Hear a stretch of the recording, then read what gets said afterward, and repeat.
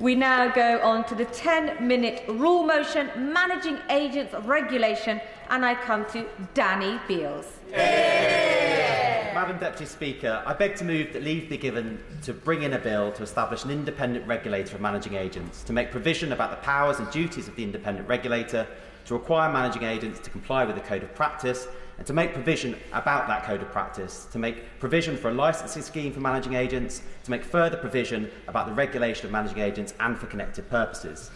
Labour governments, past and present, have been underpinned by a motivation to stand up for the voiceless, those let down by broken systems, and disempowered to take control over their own circumstances. I present this bill to the House today because the failure to regulate managing agents has rendered leaseholders, ordinary, hard-working people, voiceless, let down and disempowered. This government's commitment to end the broken leasehold system is a welcome pledge for many, including leaseholders in places like my constituency of Uxbridge and South Ruislip.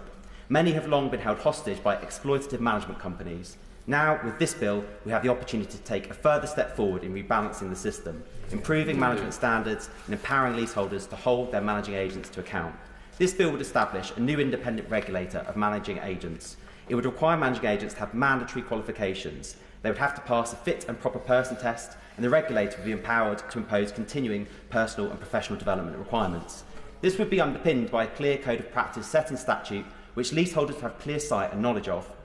This bill would provide legal obligations and create a mechanism for redress for concerned leaseholders. The regulator would have power to enforce compliance against managing agents and ultimately remove them from the register of regulated agents. This would all be funded by firms and individuals which are regulated themselves. These are reasonable and sensible steps forward. Colleagues across this House have highlighted the plight of constituents who are falling victim to unregulated managing agents, laying bare the failures of the current system. From Basingstoke to Brighton Kemp Town, and thank you to my honourable friends from these constituencies for their support and advice on this bill. In my own constituency, I've been supporting residents at Union Park, for instance, in Cowley. In this development, the developer walked away and residents are being presented with a bill of £100,000 by their managing company, Ringleys. Communal boilers have been left broken for 2.5 years, leaks under the floorboards remain unfixed. And whilst my team and I continue to support and advocate for these residents, the reality is without a proper regulator and a regulatory framework, managing companies like Ringleys, appointed by the freeholders, remain free to provide inaccurate customer service, charge extortionate fees without justification, and continue to ignore residents. They seemingly serve vested interests, not the leaseholders who pay their fees. And I'm proud to be a member of the Labour for Leaseholders group, working with honourable friends to advocate for leaseholders in our constituencies and putting pressure on managing companies to do better. But it is clear that we need a clearer, robust legislative and regulatory framework like the one suggested by Lord Best and proposed in this bill here today. Of course, Madam Deputy Speaker, the leasehold system is not new, but the challenges it presents today require the government to act. Without mandatory qualifications and regulatory oversight, leaseholders remain vulnerable to inconsistent service quality, opaque charges and a lack of recourse when things go wrong. Managing agents are responsible for a variety of complex and very important areas, including health, fire and structural safety, building maintenance, major work projects, and handling building finances and insurance. In leasehold blocks, managing companies hold substantial sums of leaseholders' hard-earned money. The current system, or lack thereof, not only allows but empowers unqualified, incompetent managing agents. This bill is not about extending red tape for red tape's sake. It's about protecting hard-working people and their money. Let me be clear, I'm not attempting to tarnish all managing agents with the same brush.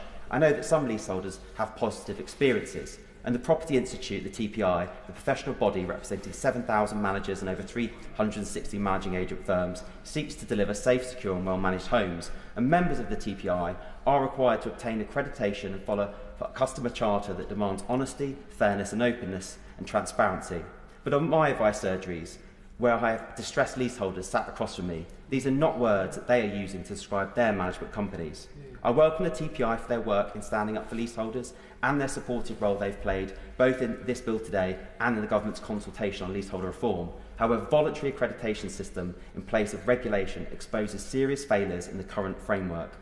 Relying on good faith actors to voluntarily seek accreditation means, by definition, that bad faith managing companies continue to operate freely in this country. We cannot accept this. For every managing company failing in their duty, there are multiple leaseholders being ripped off. The facts are clear and inaction is not an option. Earlier this year, Firstport had their TPI accreditation stripped due to breaches of membership rules, yet just 3 months later, they were readmitted. I recently visited Shirley's Court retirement complex based in Ruislip, managed by Firstport. There I heard stories from residents who, after a lifetime of hard work, moved in expecting to enjoy their retirement. Instead, they were met with extortionate service fees, with little or no explanation or itemisation, serious concerns about how their money was being managed, were falling on deaf ears, and shoddy maintenance work with feedback further ignored. And on the St Andrews development in Uxbridge, also managed by Firstport, the story is just as dire. Residents reporting flooding and damp, mould not remedied. I recently conducted a survey of these residents where 50% of respondents said they had not received a response from Firstport following attempts to communicate with them. If I went to those residents now and told them in just 3 months their managing company had lost and then regained their accreditation, I'm sure they would ask the question, what has actually changed? And rightly ask what process led to that decision. The readmission of Firstport lays bare the limitations of the current system and the urgent need for a clear regulatory framework to define and enforce standards expected on all managing agents. This bill will introduce an independent property regulator, grant licences to agents based on checks including fulfilment of legal obligations, and mandate qualifications to ensure minimum competency standards for agents and property managers.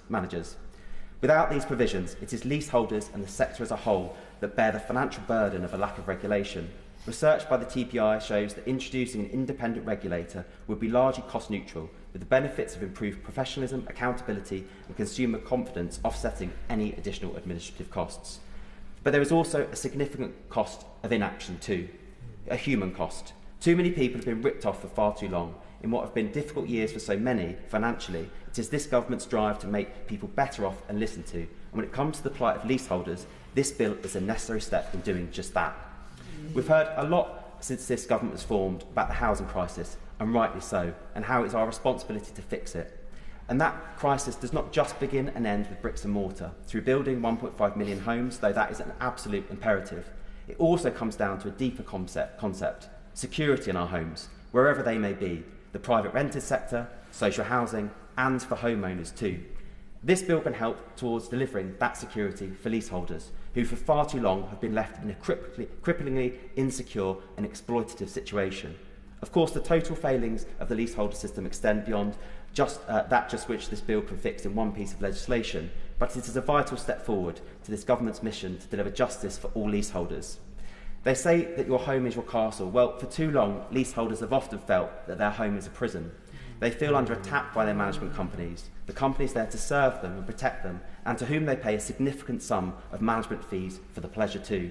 Now, with this bill, we can build up the defences through a proper regulatory framework, ensure companies are properly qualified, and there is accountability mechanisms that clearly exist, which are all desperately needed. Thank you. The question is that the honourable member have leave to bring in the bill. As many of that opinion say aye? Aye. Contrary no? The ayes have it, the ayes have it. Who will prepare and bring in the bill? Joe Powell, Nestle Caliscan, Chris Blaw, Chris Curtis, Dr Rupert Huck, Sarah Russell, Rachel Blake, Andrew Cooper, James Naish, Daniel Francis, Kat Eccles and myself, Madam Deputy Speaker. Yeah. Danny Beales.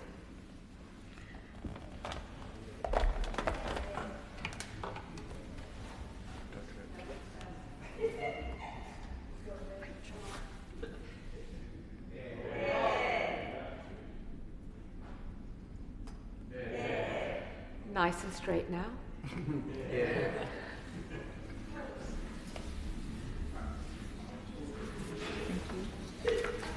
Managing Agents Regulation Bill.